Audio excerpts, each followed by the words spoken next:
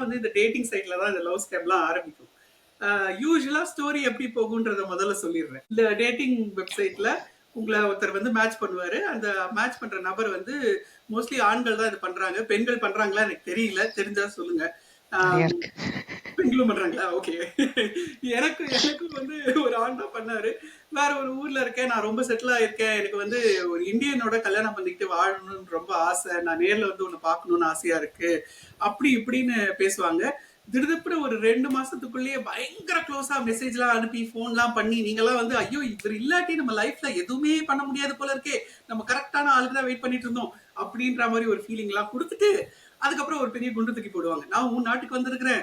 ஏர்போர்ட்ல மாட்டிக்கிட்டேன். எனக்கு காசே இல்ல. எனக்கு காசு கொஞ்சம் அனுப்புறியா? அப்படின்னுவாங்க. நீங்க காசு அனுப்புறேன்னு சொன்ன உடனே, ஓகே இப்படிலாம் பண்ணு, அப்படிலாம் பண்ணுன்னு ஒரு ஆஃபீசர் கிட்ட குடுப்பாங்க. நீங்க காசு அனுப்பிச்ச உடனே ஆளும் காலி, காசும் காலி. அவ்வளவுதான்.